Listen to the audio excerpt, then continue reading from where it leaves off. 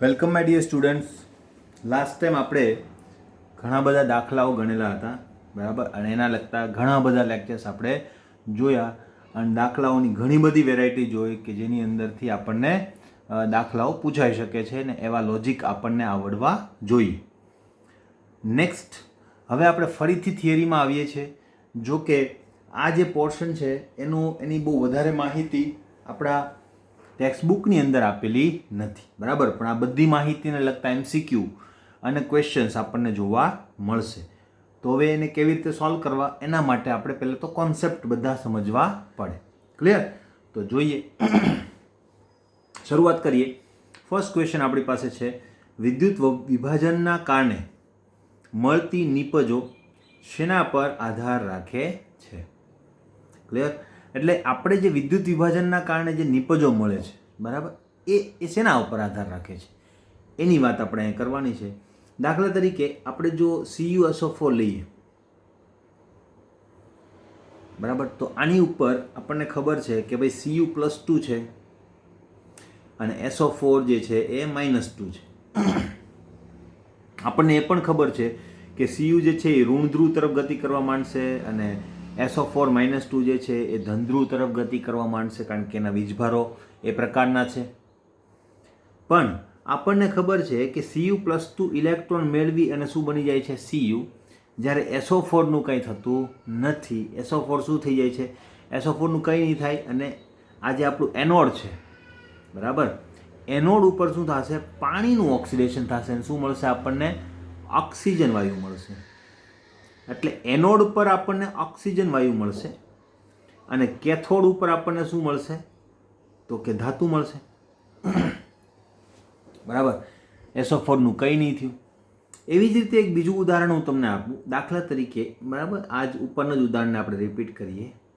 દાખલા તરીકે આપણે વિદ્યુત વિભાજન કરવાની કોશિશ કરીએ છીએ CuCl2નું, બરાબર. CuCl2ની અંદર જો આપણે એક્સટર્નલ વોલ્ટેજ લાગુ પાડીએ, એક્સટર્નલ વોલ્ટેજની અંદર આપણે માનો કે આને ધન ધ્રુવ કહીએ અને ઋણ ધ્રુવ કહી દઈએ, બરાબર, તો આમાં શું થશે? તમને ખ્યાલ જ છે, બરાબર, કે Cu+2 છે, Cl- છે. તો આ આના તરફ ગતિ કરશે, આ આના તરફ ગતિ કરશે અને તમારા જે કેથોડ છે, કેથોડ પર ફરીથી કોપરનું રિડક્શન થઈને શું મળી જશે તમને? Cu. અને એનોડ ઉપર આ વખતે પાણીનું રિડક્શન નહીં થાય, બરાબર, Cl- જે છે એનું ઓક્સિડેશન થઈ અને તમને શું મળશે? Cl2 વાયુ મળશે. ક્લિયર? તો તમને એવો પ્રશ્ન થવો જોઈએ કે સર અહીંયા Clનું થયું, અહીંયા SO4નું ના થયું, અથવા ઘણા કિસ્સાઓમાં SO4નું પણ ઓક્સિડેશન થતું જોવા મળે છે. તો હવે ટૂંકમાં આ બધી જે નીપજો મળે છે એને વિદ્યુત વિભાજનના કારણે મળતી નીપજો કહેવાય. તો આ નીપજોનો આધાર કઈ કઈ બાબતો પર રહેલો છે એ વસ્તુ આજે આપણે જોવાના છે. ઓકે, તો હવે એના માટે આપણે શરૂઆત કરીએ, બરાબર. તો પહેલો પોઈન્ટ આપણો શું આવશે? તો કે વિદ્યુત વિભાજનના કારણે જે આપણી પાસે નીપજો મળે છે, બરાબર, એનો આધાર કેટલીક બાબતો પર રહેલો છે. હવે એ બાબતો કઈ કઈ છે, બરાબર, તો નીચેની બાબતો એટલું લખી દઉં હું તમને, અને એ બધી બાબતોને પણ આપણે વિગતવાર સમજતા જઈએ, બરાબર. તો પહેલી વસ્તુ આપણી પાસે આવે છે એ છે વિદ્યુત વિભાજ્યનો સ્વભાવ.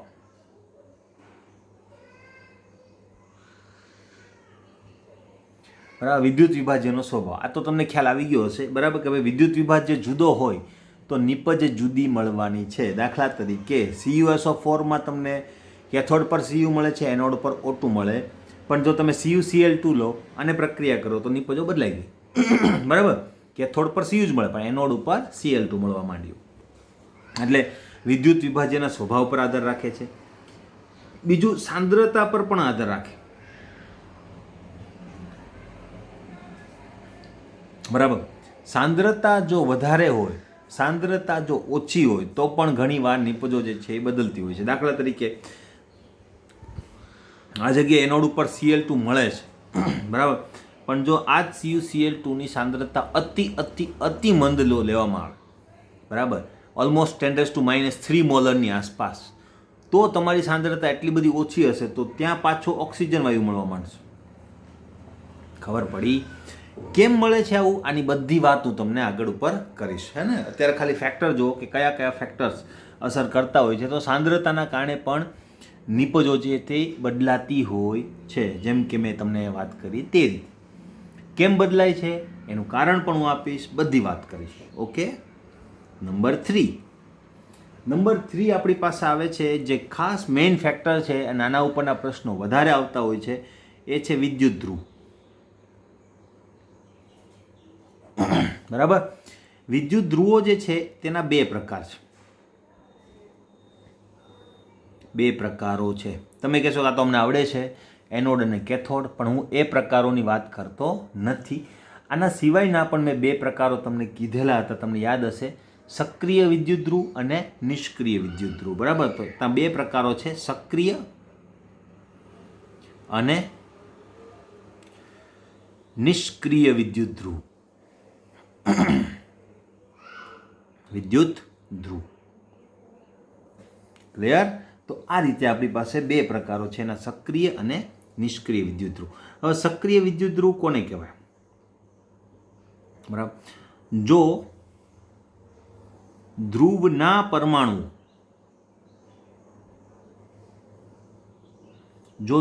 પરમાણુઓ એ રાસાયણિક પ્રક્રિયામાં, રાસાયણિક પ્રક્રિયા એટલે કઈ પ્રક્રિયા હશે? કાં તો ઓક્સિડેશન હશે ને કાં તો શું હશે? રિડક્શન હશે. બરાબર. રાસાયણિક પ્રક્રિયામાં ભાગ લેતા હોય તો તેને શું કહેવામાં આવે છે? સક્રિય વિદ્યુત ધ્રુવ કહેવામાં આવે. અને નિષ્ક્રિય કોને કહેવાશે? ભાગ લેતા ન હોય. બરાબર ને? ભાગ લેતા ન હોય. એટલે એવો કોઈ ધ્રુવ છે કે જેના પરમાણુઓ એ ભાગ લેતા નથી રાસાયણિક પ્રક્રિયાની અંદર, તો એને શું કહેવાય? નિષ્ક્રિય વિદ્યુત ધ્રુવ કહેવાય. આની વચ્ચે એક પતલી ભેદરેખા છે, એટલે ખાસ સમજજો. નિષ્ક્રિય ધ્રુવો તરીકે મોટા ભાગે જો તમને પૂછે કે નીચેમાંથી કોણ નિષ્ક્રિય ધ્રુવ છે, તો એમ ગણો તો જો સીધું ઉદાહરણ પૂછેલું હોય તો એની અંદર તમે આપશો પીટી અને ગ્રેફાઇટ. કાર્બનનો મતલબ થાય ગ્રેફાઇટ, કોલસો નથી લેવાનો, કારણ કે કાર્બનનું એક જ સ્વરૂપ જે છે એ સુવાહક છે અને એનું નામ છે ગ્રેફાઇટ. ક્લિયર? હવે પીટી અને સી મોટાભાગે આપણે આ જ લઈશું, પણ આની સિવાય એયુ પણ નિષ્ક્રિય ધ્રુવમાં ગણવામાં આવે છે, ગોલ્ડનો ધ્રુવ. આપણે ઉપયોગ આ બેનો જ કરીશું અને એમાં પણ વધારે પડતો ઉપયોગ કોનો થશે? પીટીનો, અને એનો આપણે કરેલો પણ છે વારંવાર ઉપયોગ. ઓકે. આટલી વસ્તુ ખ્યાલ આવી ગયો હશે તમને. હવે સક્રિય અને નિષ્ક્રિય ધ્રુવ વચ્ચેની જે પતલી ભેદરેખા છે એની વાત આપણે કરીએ. બરાબર. હવે જો એના માટે એક ઉદાહરણ, દાખલા તરીકે માનો કે હું તમને એમ કહું કે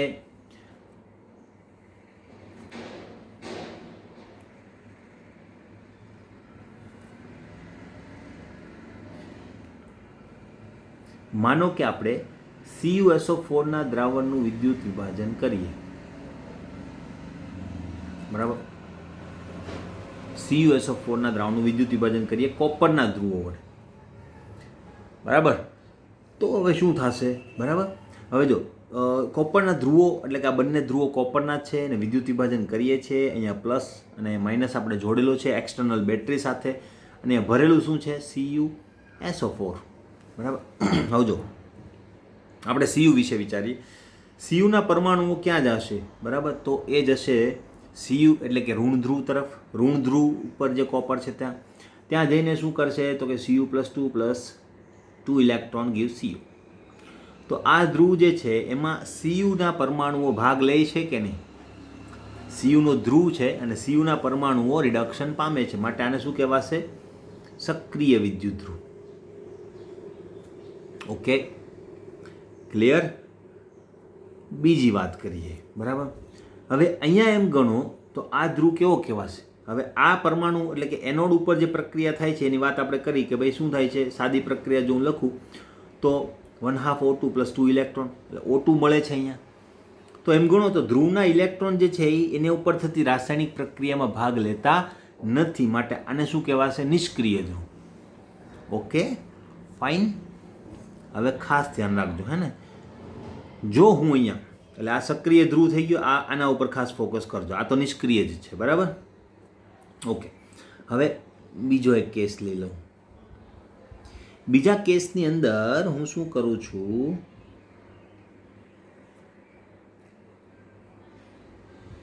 આ બે ધ્રુવો લઈ લીધા છે મેં, બરાબર. સેમ ટુ સેમ દ્રાવણ હું લઈશ,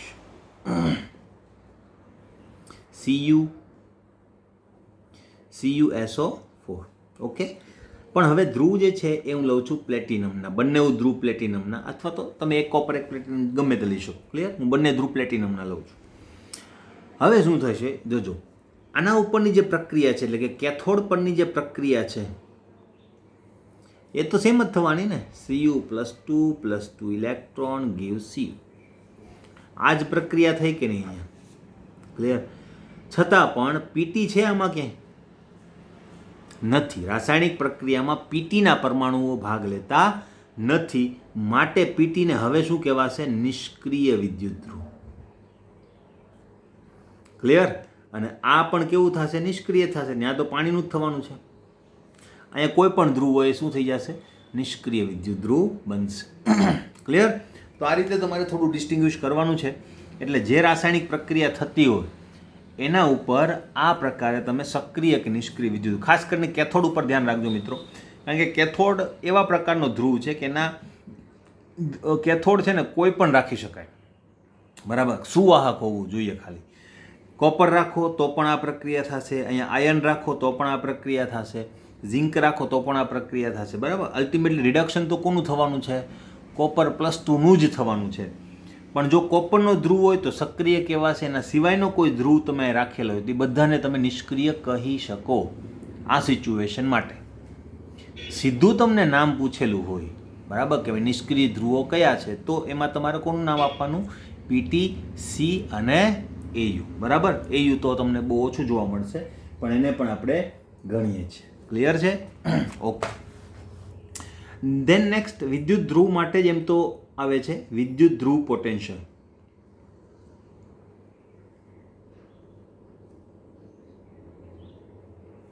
જેને આપણે રિડક્શન પોટેન્શિયલ કહીએ છીએ તે, બરાબર. તો એ પણ એટલો જ અગત્યનો છે. તમને ખ્યાલ છે કે ભાઈ ઓક્સિડેશન કોનું થાય? તો કે જેનો રિડક્શન પોટેન્શિયલ ઓછો હોય તેનું ઓક્સિડેશન થાય, જેનો રિડક્શન પોટેન્શિયલ વધારે હોય તેનું રિડક્શન થાય. એટલે માનો કે આપણી પાસે જો બે ક્ષારોનું મિશ્રણ હોય તો એની અંદર ઘણા બધા ઋણાયનો હોઈ શકે, ઘણા બધા ધનાયનો હોઈ શકે. તો એમાં નિપજ ખરેખર કઈ મળશે? બધા ધનાયનો એક સાથે રિડક્શન પામવાના નથી. તો કોણ સૌ પ્રથમ રિડક્શન પામશે એનો આધાર પાછો કોના ઉપર હશે? વિદ્યુત ધ્રુવ પોટેન્શિયલ પર હશે.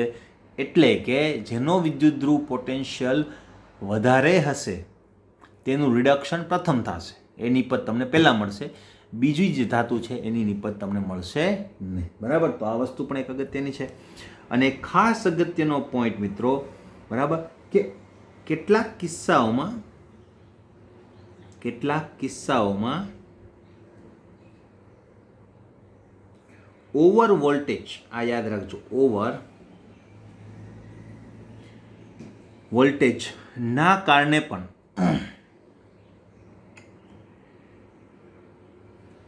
નિપજ બદલાતી હોય છે. હવે આ વસ્તુ નવી આવી આપણા માટે, બરાબર. આ શબ્દ છે આપણી બુકની અંદર પણ, ઓવર વોલ્ટેજ. ઓવર વોલ્ટેજ શું છે એની ખાસ સમજૂતી હું તમને આપીશ, પણ હમણાં અત્યારે ખાલી આ શબ્દ યાદ રાખો, બરાબર. હમણાં જ હું એક વિદ્યુત વિભાજનની પ્રક્રિયાના કારણે જે મળતી નિપજો છે એ હું તમને સમજાવીશ, ત્યારે વધુ વાત કરીશ કે ભાઈ ખરેખર ઓવર વોલ્ટેજ જે છે એ શું છે. ક્લિયર? તો આ એક ક્વેશ્ચન આપણે કમ્પ્લીટ કર્યો. હવે આની પછીના આપણે નેક્સ્ટ ક્વેશ્ચનની અંદર એ વસ્તુ સમજીશું. ઓકે, જોઈએ મિત્રો, નેક્સ્ટ ક્વેશ્ચન આપણો છે પિગલિત NaClના દ્રાવણનું વિદ્યુત વિભાજન સમજાવી પ્રાપ્ત થતી નિપજો લખો. બીજી રીતે પણ પૂછાય કે પિગલિત NaClના દ્રાવણનું વિદ્યુત વિભાજન નિષ્ક્રિય ધ્રુવો વડે સમજાવો અને પ્રાપ્ત થતી નિપજો લખો. પિગલિતનો મતલબ શું થાય છે? તો કે ઊંચા તાપમાને આપણે શું કરી દીધેલું છે? NaClને પિગલિત અવસ્થામાં લઈ આવેલા છીએ અને આપણે શું કરવાનું છે? તેનું વિદ્યુત વિભાજન કરવાનું છે, બરાબર. તો એની અંદર આપણે જો વાત કરીએ, સાદી એવી વાત છે, બરાબર. હવે જો NaCl નું પિગલિત દ્રાવણ હોય, બરાબર, ને એમાં આપણે નિષ્ક્રિય ધ્રુવો લગાવેલા હોય. નિષ્ક્રિય ધ્રુવો તરીકે જો તમને કંઈ કીધેલું ના હોય તો તમે બંને પ્લેટિનમના ધ્રુવો પણ લઈ શકો, પણ આ એક છે ને સ્પેશિયલ કેસ છે. આ કોર્સ જે છે એ ઇન્ડસ્ટ્રીયલ લેવલે પણ ઉપયોગ થતો હોય છે, બરાબર. એટલે આમાં એનોડ તરીકે ગ્રેફાઇટનો ધ્રુવ લેવામાં આવે છે, ગ્રેફાઇટ, અને કેથોડ તરીકે સ્ટીલનો ધ્રુવ લેવામાં આવે છે. કેમ લેવામાં આવે છે એ પણ હું તમને વાત કરીશ. હવે આ ધ્રુવ જે છે એને હું માઇનસ બનાવી દઉં છું એટલે કે કેથોડ, અને આને પ્લસ બનાવી દઉં છું એટલે કે એનોડ, બરાબર. અને ધ્રુવો કોના બનેલા છે તમને ખબર છે, બંને ધ્રુવો નિષ્ક્રિય જ છે, બરાબર. તમે કહેશો કે સર તમે સ્ટીલનો ધ્રુવ તો ત્યાં લખાવેલો નહોતો, પણ મેં તમને ત્યાં ખાસ માહિતી આપેલી હતી કે કેથોડ તરીકે કોઈ પણ ધ્રુવ નિષ્ક્રિય બની શકે. કારણ શું? તો કે કેથોડ ઉપરની પ્રક્રિયા જે છે એ મોસ્ટલી બદલાતી હોતી નથી, કારણ કે એની અંદર દ્રાવણમાં રહેલા આયનો અગત્યના હોય છે, બરાબર. તો દ્રાવણના આયનો માનો કે Cu હતું તો Cu+2નું જ રિડક્શન દર વખતે થતું હોય, તો જો Cuનો ધ્રુવ હોય તો એ સક્રિય, એના સિવાય કોઈ પણ ધ્રુવ લેશો પ્રક્રિયા એની જ થશે, પણ એ બધા ધ્રુવને આપણે કહીશું નિષ્ક્રિય. કેમ? તો કે આપણી વ્યાખ્યા મુજબ ધ્રુવના પરમાણુઓ પ્રક્રિયામાં ભાગ લેતા નથી. ઓકે, તો આ વસ્તુ ખાસ ધ્યાનમાં રાખવાની છે.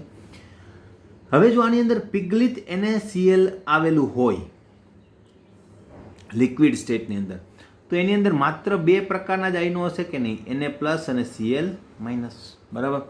તો Cl- આ બાજુ ગતિ કરશે, Na+ આ બાજુ ગતિ કરશે. તો એનોડ ઉપર કઈ પ્રક્રિયા થશે? ઓક્સિડેશન, બરાબર. તો કોનું ઓક્સિડેશન થશે? Cl-નું. પ્રક્રિયા બહુ સિમ્પલ છે, બરાબર.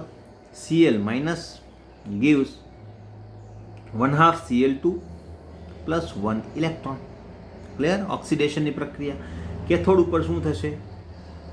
કેથોડ પર Na+ એક ઇલેક્ટ્રોન મેળવી લેશે અને શું બનાવશે? સોડિયમ બનાવશે, બરાબર. અને આ આખી કુલ પ્રક્રિયા આપણે લખી નાખીએ, એક ઇલેક્ટ્રોન જ છે એ ઉડી જશે અને તમને મળશે Na+ + Cl- gives 1/2 Cl2 + n. આ તમારી રાસાયણિક પ્રક્રિયા. અહીંયા કોઈ પણ પ્રકારની કોમ્પિટિશન થતી નથી, કારણ કે કોઈ બીજું આયન જ નથી. જો અંદર બીજું કોઈ આયન પ્રેઝન્ટ હોત તો એની સાથે ઋણ આયનને ઋણ આયન સાથે અને ધન આયનને ધન આયન સાથે કોમ્પિટિશન થાત, ઓક્સિડેશન કે રિડક્શન પામવા માટે. કેવી રીતે?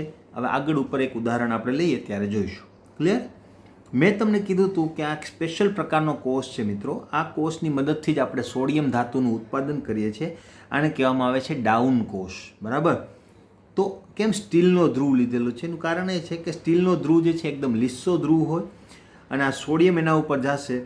પિગલિત NaCl ખૂબ ઊંચા તાપમાને પિગલન પામતો હોય છે, એટલે ખૂબ ઊંચું તાપમાન હોય, સોડિયમ ત્યાં પીગળી અને આ સ્ટીલના રોડ ઉપરથી શું આવે? નીચે ટપકી જાય અને અહીંયાથી તમે એ સોડિયમ ધાતુને કલેક્ટ કરી શકો, બરાબર. તો આ ટાઈપની આખી રચના હોય છે, એટલા માટે ધ્રુવો આ લીધેલા છે. તમે ત્યાં પીટીના ધ્રુવો લેશો તો પણ તમને સેમ ટુ સેમ નિપજો મળશે, કોઈ ઇશ્યુ નથી.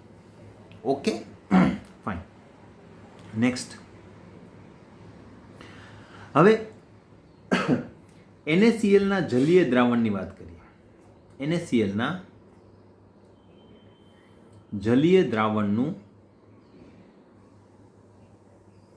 વિદ્યુત વિભાજન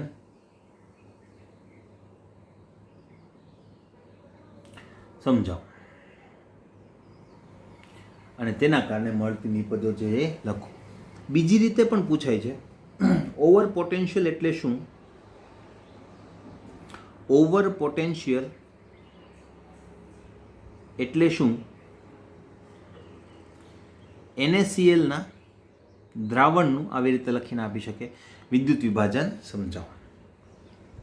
જોઈ લઈએ. તો આવી ગયું અહીંયા ઓવર પોટેન્શિયલ, બરાબર. તો ઓવર પોટેન્શિયલ એટલે શું? તો સૌ પ્રથમ એની ડેફિનેશન આપણે સમજી લઈએ. ઓવર પોટેન્શિયલ, ઓવરનો મતલબ થાય છે વધુ, બરાબર. ગુજરાતીમાં એને કહેવામાં આવે છે અધિવિભવ. અધિવિભવ, બરાબર, તો બંને શબ્દો યાદ રાખવાના છે આપણે. હવે ઓવર પોટેન્શિયલ કોને કહેવાય? તો એની ડેફિનેશન જો આપણે લખીએ તો કેટલાક રાસાયણિક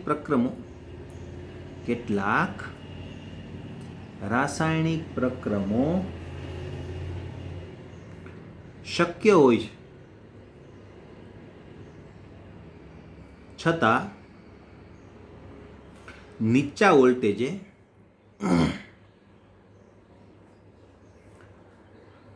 ગતિકીય રીતે ધીમા હોય છે.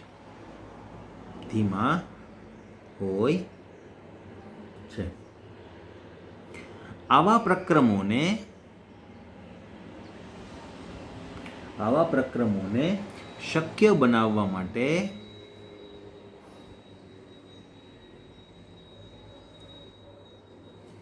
વધારાના પોટેન્શિયલની જરૂર પડે છે, જેને ઓવર વોલ્ટેજ કહે છે. બરાબર, એટલે કેટલાક પ્રક્રમો એવા હોય છે, એટલે કેટલીક રાસાયણિક પ્રક્રિયાઓ કે જેને આપણે વિદ્યુત રાસાયણિક પ્રક્રિયાઓ કહીએ છીએ, એટલે કે ઓક્સિડેશન અને રિડક્શનની પ્રક્રિયાઓ. તો એને આપણને ખ્યાલ હોય કે ભાઈ માનો કે કોપર છે, તો કોપરનું રિડક્શન કરવા માટે કેટલા પોટેન્શિયલની જરૂર પડે? તો આપણને ખ્યાલ છે 0.34 વોલ્ટની જરૂર પડે. બરાબર, તો આ રીતે આપણને એનો પોટેન્શિયલ ખ્યાલ હોય. પણ કેટલીક વખત એવું થાય કે પ્રક્રમો એ વોલ્ટેજ અતિ ધીમા હોય.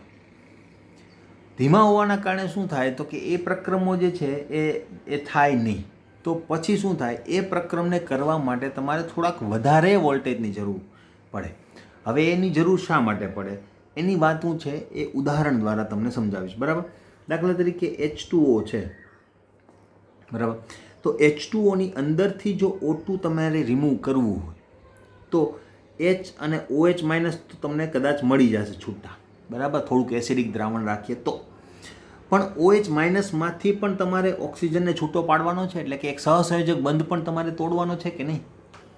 બરાબર, તો એ બંધ તોડવા માટેની જે વધારાની શક્તિ છે એ તમારે આપવી પડે.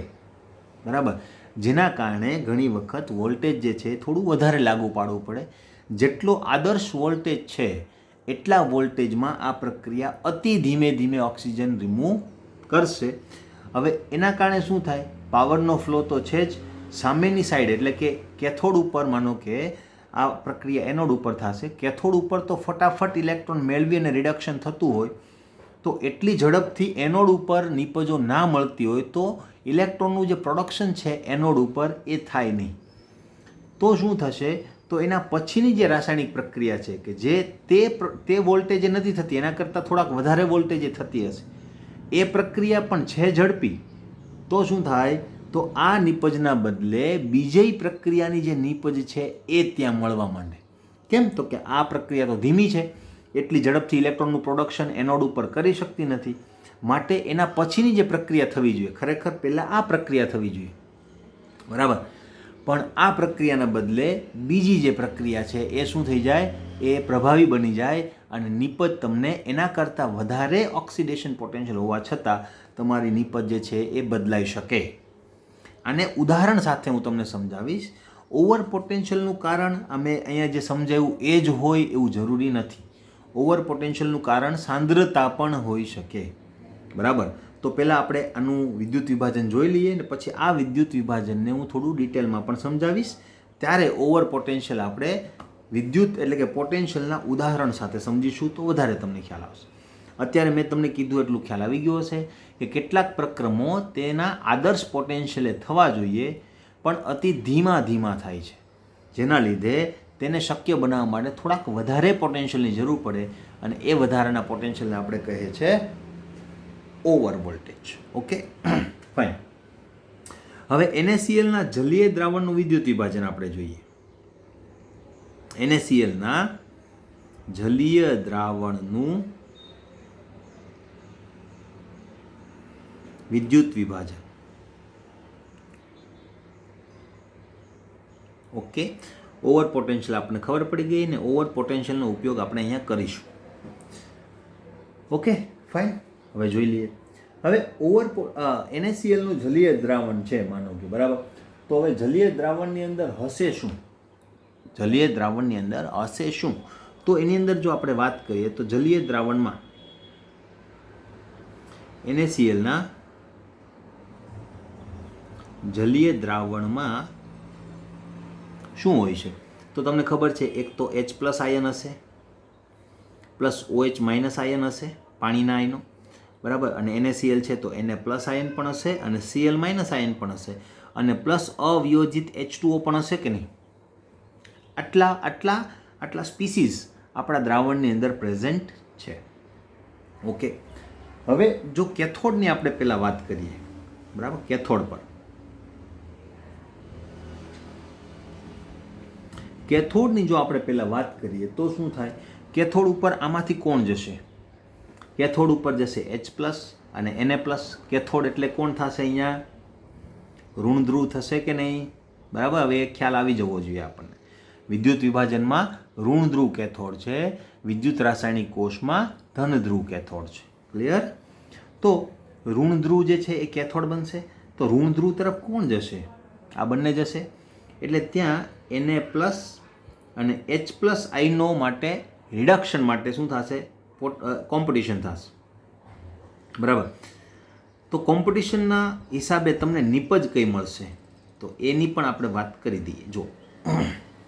જો આ પ્રક્રિયા થાય તો તમને સોડિયમ નિપજ મળે. જો આ પ્રક્રિયા થાય તો તમને હાઇડ્રોજન જે છે એ નિપજ તરીકે મળે, હાઇડ્રોજન વાયુ. તો કઈ પ્રક્રિયા થશે, પહેલી કે બીજી? અને નંબર પણ આપી દઈએ, નંબર 1 એન્ડ નંબર 2, બરાબર. હવે આ બંને પ્રક્રિયાઓ માટે કઈ પ્રક્રિયા શક્ય બનશે? એના માટે આપણે શું જોવું પડશે? બંનેના આરપી જોવા પડશે. આરપીનો મતલબ થાય છે રિડક્શન પોટેન્શિયલ, બરાબર. તો આના માટેનો જે રિડક્શન પોટેન્શિયલ છે એ કેટલો છે એ જોવો પડશે. આના માટેનો રિડક્શન પોટેન્શિયલ કેટલો છે તે જોવો પડશે. હવે પહેલી પ્રક્રિયા જે છે એનો રિડક્શન પોટેન્શિયલ તમે ચેક કરશો આપણી ઇલેક્ટ્રોકેમિકલ શ્રેણીની અંદર, બરાબર. EMF શ્રેણી જેને આપણે કીધી છે તેની અંદર તમને જોવા મળશે -2.71ની આસપાસ. અને આ તો બધાને યાદ જ હશે, 0.0 વોલ્ટ, બરાબર.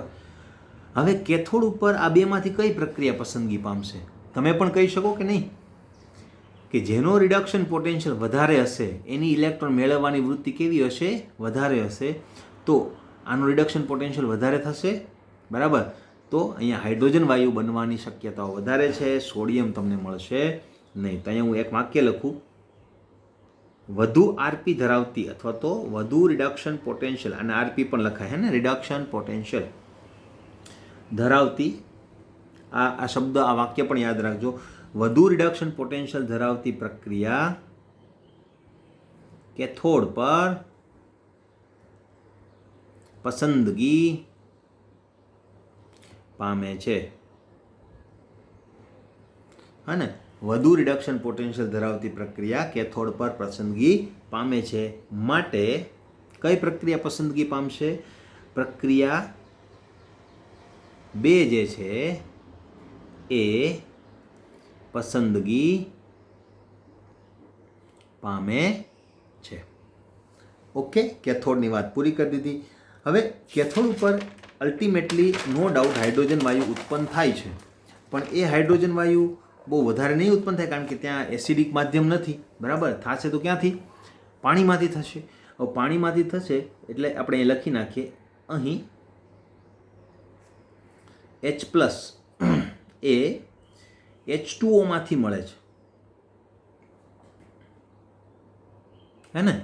માટે આખી પ્રક્રિયા આપણે આ રીતે લખીએ, H2O, બરાબર, 2H2O plus 2 electron gives H2 plus શું થશે?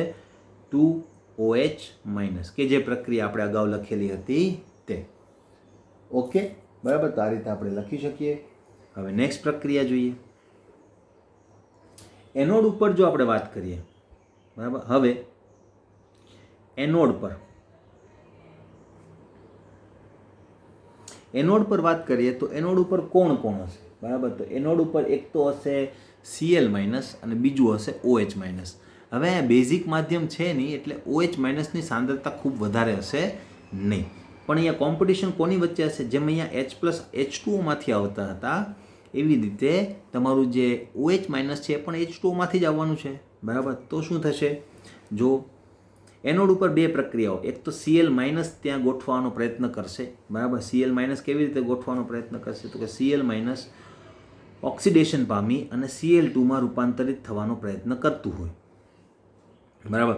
અને એવી જ રીતે H2ઓની પ્રક્રિયા આપણને ખ્યાલ જ છે. H2O જે છે એ O2 બનાવે છે, પ્લસ 4H+ રિલીઝ કરે છે અને પ્લસ શું કરે છે?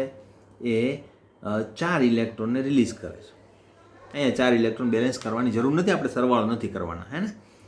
આ પ્રક્રિયા માટેનો જે પોટેન્શિયલ છે એ કેટલો છે? ERP કે ઈ રિડક્શન પોટેન્શિયલ આપણે એને કહીએ તો એ છે તમારી પાસે 1.36 વોલ્ટ, બરાબર. જ્યારે આ બીજી પ્રક્રિયા જે છે, બીજી પ્રક્રિયાનો જે RP એટલે કે રિડક્શન પોટેન્શિયલ જે છે એ છે 1.23 વોલ્ટ, બરાબર. આને કહી દઈએ પ્રક્રિયા નંબર 3, આને કહી દઈએ પ્રક્રિયા નંબર 4, બરાબર. હવે એનોડ ઉપર શું થાય? તો અહીંયા આપણે લખીએ, બરાબર.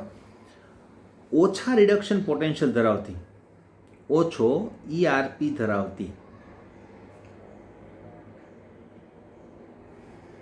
પ્રક્રિયા એનોડ પર પસંદગી પામે છે,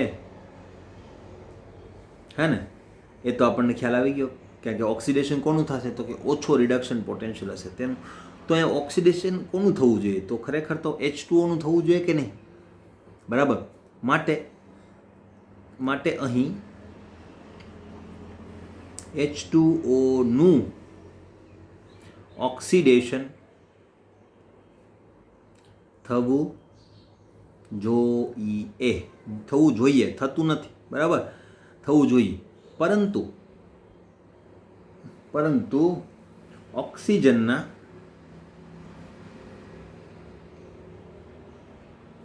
ઓવર વોલ્ટેજના કારણે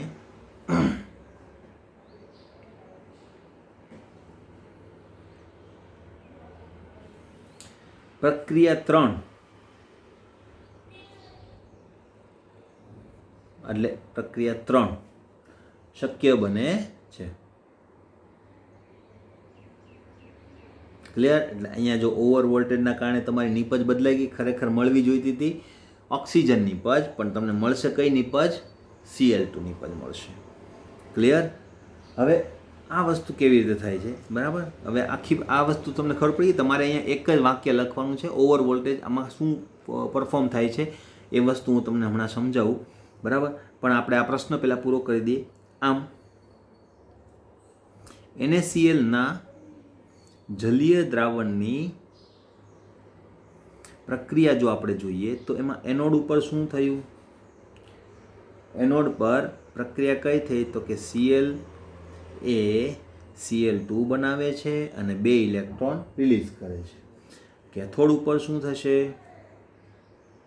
કેથોડ ઉપર પણ સેમ ટુ સેમ, બરાબર. એમાં પાણી જે છે એ 2 ઇલેક્ટ્રોન મેળવે છે અને H2 વાયુ બનાવે છે અને 2OH- ને રિલીઝ કરે છે. ખબર પડી?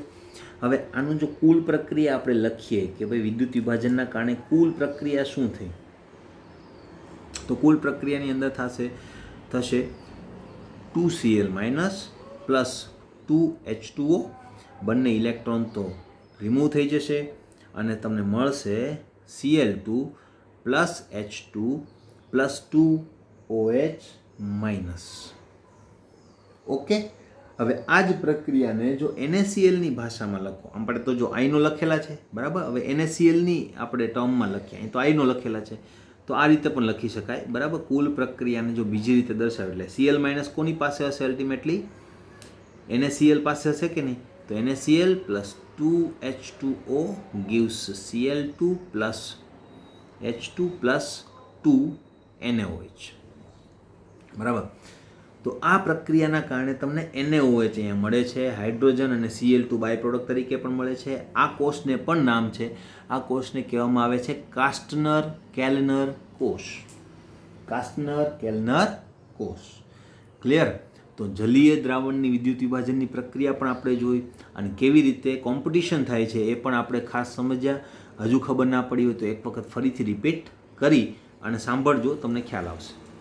હવે મેઇન પ્રોબ્લેમ છે કે સર આ ઓવર વોલ્ટેજ લખી તો નાખ્યું, આપણે સમજી પણ લીધું, બરાબર, પણ એ ખરેખર કેવી રીતે કામ કરે છે એની માહિતી હવે આપણે મેળવવાનો પ્રયત્ન કરીએ, હે ને? તો જોઈએ, જો સમજીએ મિત્રો, બરાબર. 2 પોઈન્ટ અહીંયા ઓવર વોલ્ટેજના હું કવર કરીશ. 1 પોઈન્ટ અત્યારે અને 1 પોઈન્ટ આની પછીનું વિદ્યુત વિભાજન થશે ત્યારબાદ, ઓકે? અને એમાં પણ આ પોઈન્ટ ઇન્ક્લુડ થશે, એટલે આ વસ્તુ તમારે અત્યારે યાદ રાખવાનું છે, ઓકે? હું જે સમજાવું છું તે. હવે થાય છે શું, જોજો. હવે H2O નું જ્યારે ઓક્સિડેશન થાય, બરાબર, 2H plus 1/2 O2 plus 2 electron, clear? આના માટેનું એક પોટેન્શિયલ આપણી પાસે છે, બરાબર, E0. હવે જો આ ઓક્સિડેશનની પ્રક્રિયા છે એટલે હું અહીંયા ઓપો લખું છું, બરાબર, OP, ઓક્સિડેશન પોટેન્શિયલ. તો એ ઓક્સિડેશન પોટેન્શિયલનું જે મૂલ્ય છે એ કેવું આવશે? માઇનસ આવશે, બરાબર. અહીંયા પ્લસ લખ્યું હતું કારણ કે RP હતું. આ કેવું આવશે? -1.23 વોલ્ટ, ઓકે? હવે આની અંદર H2Oના ડીકમ્પોઝિશન